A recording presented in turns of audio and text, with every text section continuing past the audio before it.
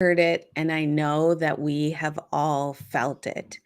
We are in a recession, and it will likely be officially declared in the next couple of weeks. I'm not a financial guru, so I don't stand here before you with the details of what that looks like.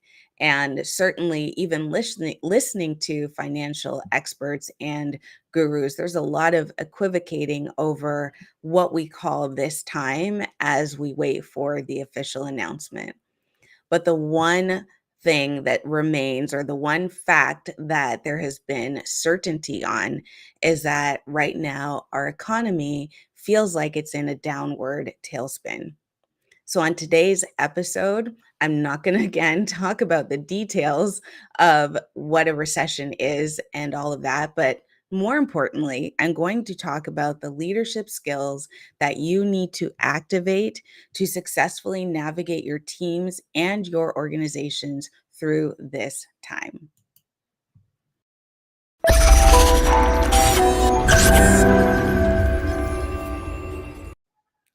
Welcome to Leadership Untitled with Kareen Turner. That is me. I am a leadership expert, operational strategist. And on this podcast, we talk about all things leadership and operational excellence. So, I was reading a study, which is what prompted the topic of this podcast: how to lead in and through a recession. I was reading this study that was talking about leadership development for pandemic management and preparedness. So, of course, there were a lot of parallels through what happened with the pandemic, with leadership, and as we head into another uncertain time. And of course, that's the whole point of the study, is to see what happened and what can we do in the future to be more prepared from a leadership perspective. As I read through the article, there were definitely a lot of aha moments. So different from aha moments, but just, yep, I see that, I understand it. And one of those was that, to frame the conversation in the study, is that leadership is generally reactive. And that's definitely a aha kind of moment. And I know that it's true, and I understand why a lot of what leaders do is reactive because of just the way our data is set up, and I absolutely acknowledge that. For example, we look at we can't know our sales for certain. We can forecast, but we can't know our sales for certain in the future. And so what builds our forecast is past data. That's reactive, and using that reactive data to hopefully be able to tell a story of what it will look like in the future.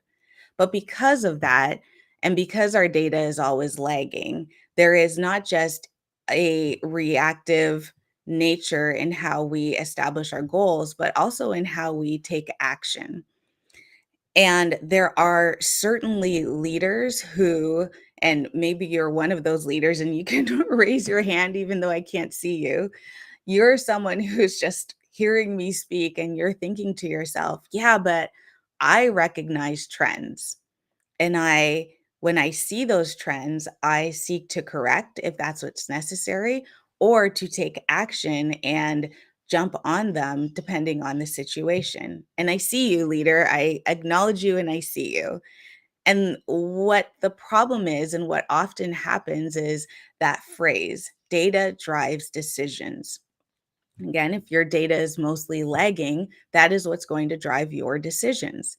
However, in that sentence or in that phrase, we only consider data very specifically as data points, for example, from a graph, data points that are very specific. And we fail to consider expertise as a data point.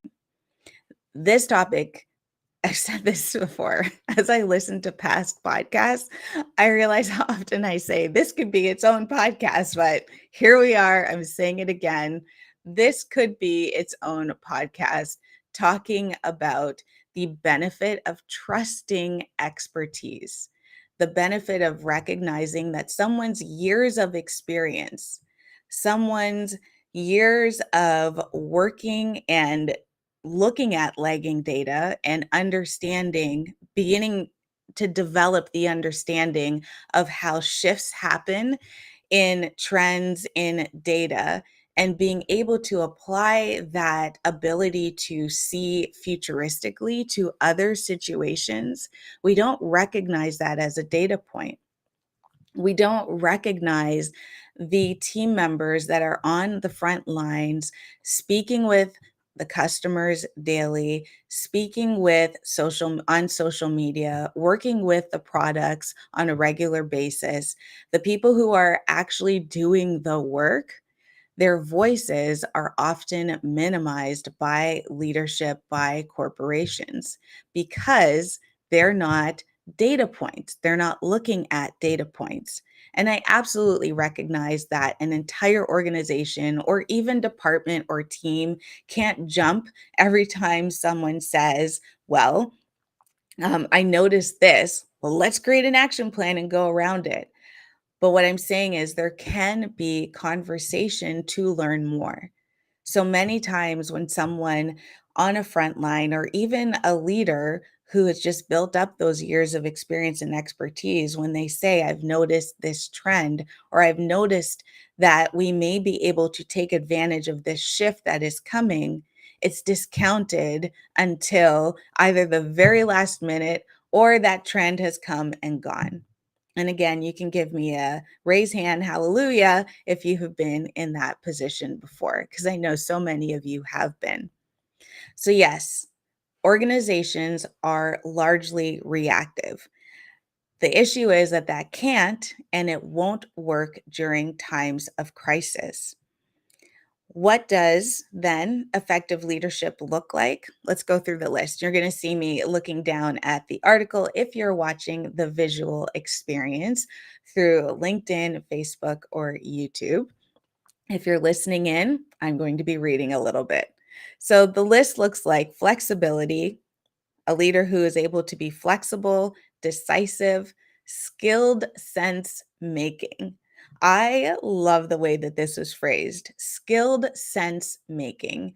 This is exactly what I was just talking about with recognizing the expertise and the instinct of a leader to say that while there may not be a wealth of data points as we recognize them to support what they are saying, they have a lot of years of experience and they have a track record, a proven track record of being able to see a trend, to be able to see around the corner. Let's use them and their thoughts, their voice as a data point as well. So during times of crisis, that ability becomes incredibly important. So skilled sense making, self assurance, agile, adaptive, strategic, and big picture thinking, communication, honesty, transparency. I'm going to jump ahead a little bit on the list to empathy. So, those three superpowers, that's what I'm going to call them, superpowers together, honesty, transparency, and empathy, are especially key as you are working to lead through successfully a time of crisis.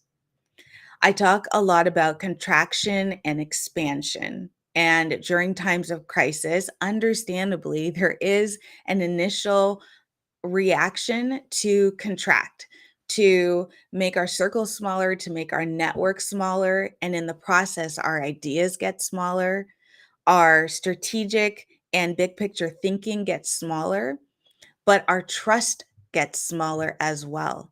And as leaders, I've seen it over and over again, there is a temptation to pull back with information because there's a lack of trust on how other leaders or team members or the organization at large will react to that information. And instead of building up trust and building relationships during a time when it is especially important, it does the opposite. It erodes that trust. It erodes the ability for the team to say, I believe in my leadership. I believe in where the organization is moving because they don't know what's happening. So, your ability to communicate and to communicate information and be highly transparent during a time of crisis is, in fact, a very critical superpower. So, being self aware, where are your blind spots, as well as resilience and a sense of calm in the storm. So, being able to project a sense of calm even during a time of crisis. Those are your superpower, your crisis leadership superpowers. And you may not need to always activate these skills on a day to day basis. There are some that you can take a step back with during your day to day, but you need to be able to recognize that these are, through this study, identified as the leadership traits that are most effective during a time of crisis. And now that you know the list, I want you to consider the traits that you need to build and develop even more.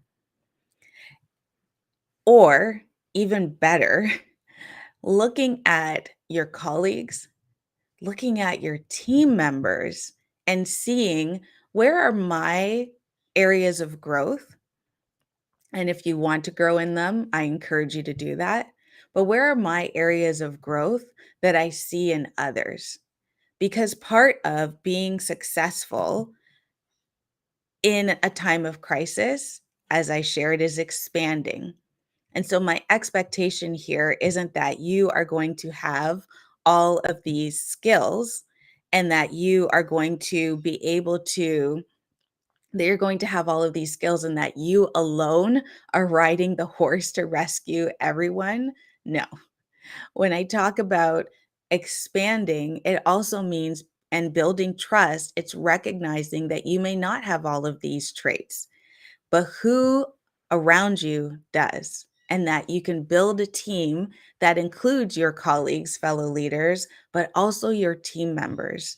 Your team members, though they may not have the title of leader, they may not have a leadership title, they still exhibit leadership skills. So take time to recognize your team members that are decisive, that demonstrate flexibility, that are skilled sense makers that come to you and share what they are seeing from a trends perspective, that are agile and adaptive, that have come to you with really big picture ideas on how to grow the team, how to grow the organization.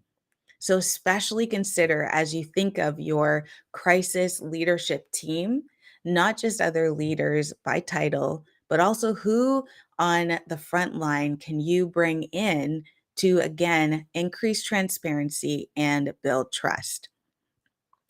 The most important element that the article identified was influence. I'll read the sentence. During times like this, effective leaders need to transform people through an exceptional form of influence.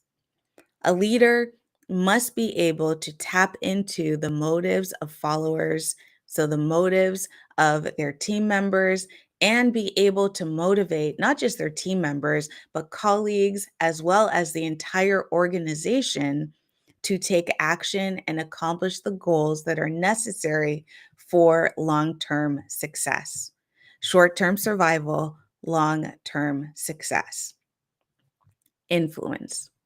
If you have been following this podcast or me for even a minute, you know that I am incredibly passionate about helping leaders, especially women and women of color, build influence. To eschew the traditional advice that is given, whether directly, whether indirectly, that the way to success is through high levels of productivity, it is through performance. When we all know, as we look around, that that is not the case for everyone. And that when we focus on building influence, we focus on building relationships and we increase visibility.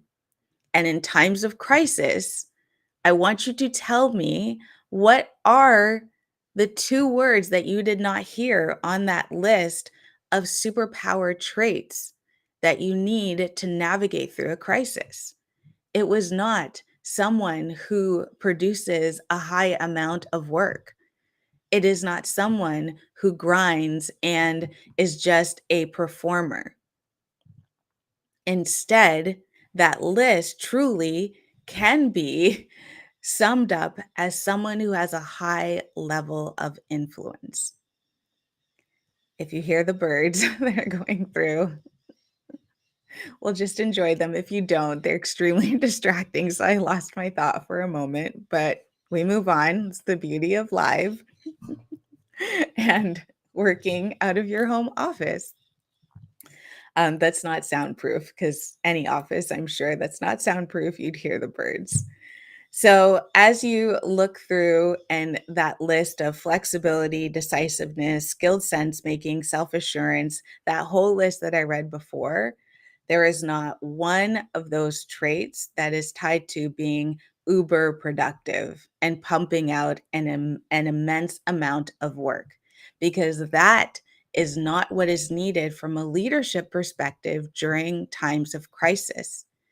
And if you are trying to increase and grow your career, you need to be effective, and not just in producing work, but in leading to a goal, but also being able to effectively lead and navigate through a time of crisis. And right now, we are in a time of crisis where we have to activate these superpowers, where we have to be mindful about building relationships and being able to influence our teams, our organizations to take action. So I'm extremely passionate about building influence, not just for the growth of your career, which is a key element to it, but also for being effective right where you are. And yes, it is about building influence because it is strategic.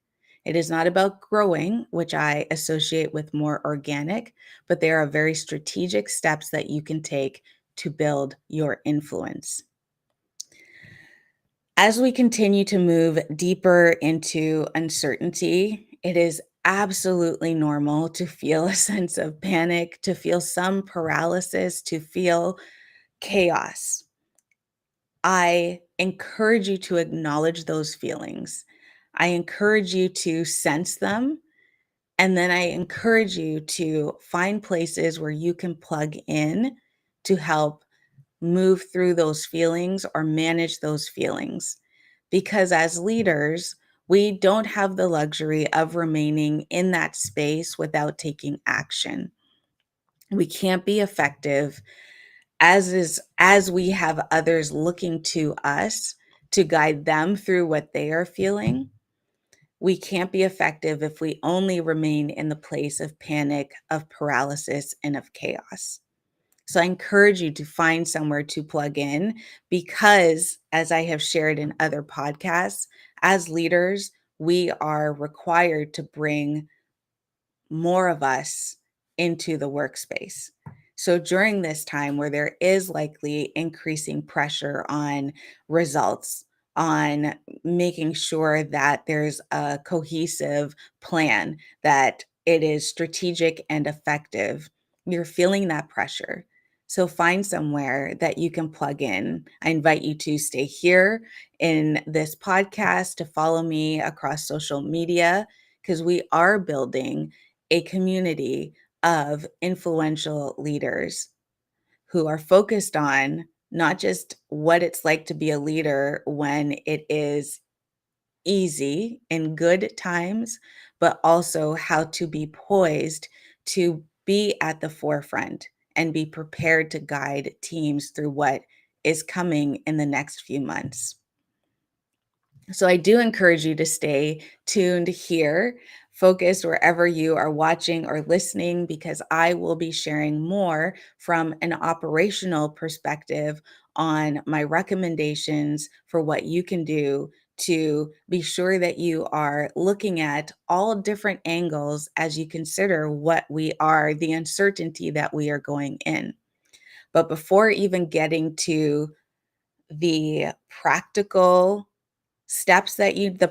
and proactive steps that you need to take, I had to start this conversation with leadership skills so that we are aware of what, again, those superpowers that we need to activate in order to move forward.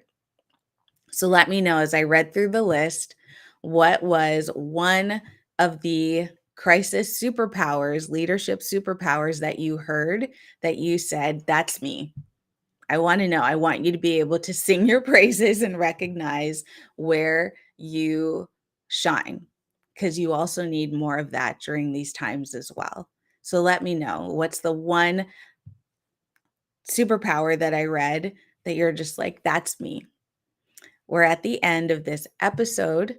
And so I invite you to share freely with your colleagues, with your team members, with as many people as you know, as we do continue to build our community of influential leaders. And if you would like to learn more about the services that I offer, I invite you to visit leadershipuntitledinstitute.com to find out more. Thank you for being here. I look forward to continuing the conversation through the coming weeks, and I continue to look forward to being here as a support in any way that I can. Bye.